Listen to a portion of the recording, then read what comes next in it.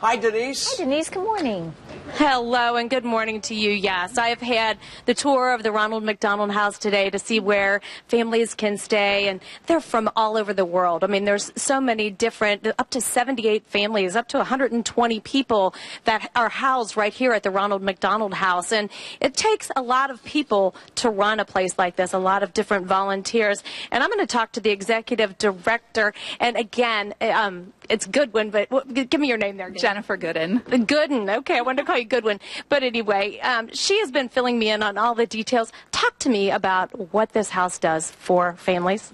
This house is just magical, really, when you see what goes on inside these walls and how families meet one another here and gain support from one another.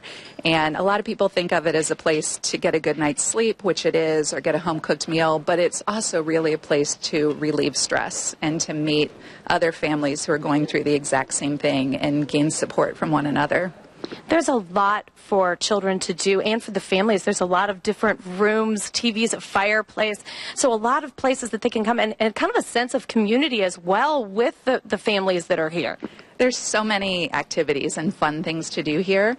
Right over here you can see when you come back from the hospital at night, there's a home-cooked meal waiting. We have a whole schedule of meals and activities.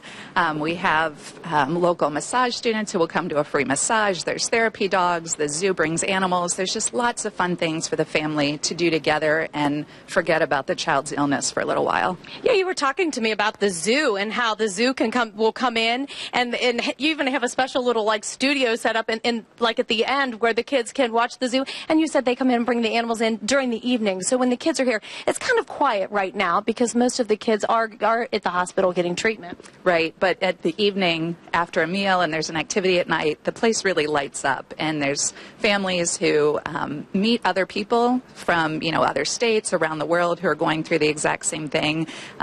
Right here in our playroom, it's a place where kids can meet someone from another country, and they might be the only one in their whole school with a trach or with a mask. But here they meet other kids who have a trach or a mask, and there's just an immediate connection that families find here.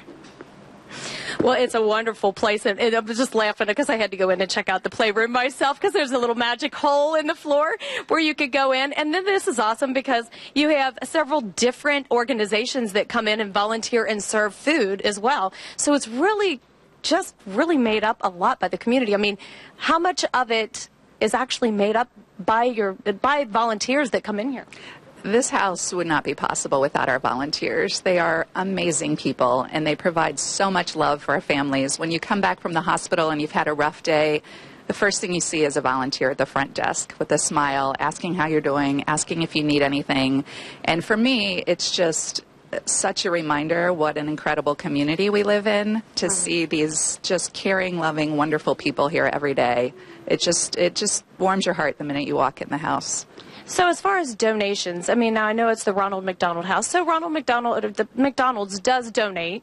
Yes, McDonald's and their customers generously provide 10% of our annual operating budget, and the rest comes from individuals and businesses and foundations in our community who all come together to keep our doors open. Well, I know you were telling me, too, you showed me some maps in the hallway that actually showed there's only 350 homes in the whole world like this, and we have one right here in the tri-state. Yes, Cincinnati's house is currently the 5th largest in the world, and it's just incredible. I mean, we have families here now from Nepal, from Romania, from all over the world, and from our own backyard. So it's just really an incredible community where people find love and support. Well, we had talked also about the reason that maybe they come here. It's because of Children's Hospital and what Children's has to offer. But there's more of a specialized area. Is that why they come here and maybe instead of one of the other homes? Yes, Cincinnati Children's is, as we all know, an incredible hospital. But families, when your child's sick, the first thing you want is to find the best doctor in the world who has the best chance of healing your child. So we have some of the top airway reconstructions and colorectal teams and bone marrow transplant and heart surgery. And so families come from all over the world for the expertise here at Cincinnati Children's. I know we were talking to one of the moms earlier, and she was talking about what it meant to her. She's been coming here since her her child was 9 months old. So that means a lot. And she said she didn't know what she would do if she didn't have a place like this, because she can be with her son all the time.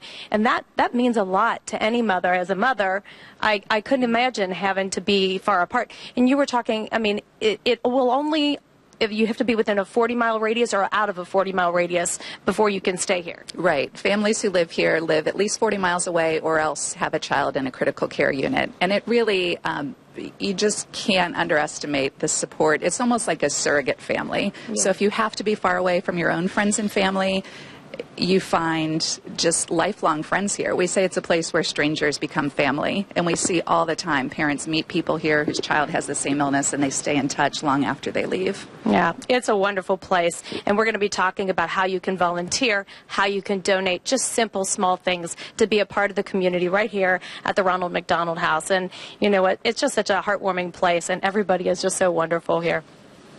Denise, love it. Great story. Thanks so much. Appreciate it. Cincinnati Children's Museum celebrating Black History Month is a preview of their upcoming performance. The kids involved, right? Yeah. And the 2014 winner.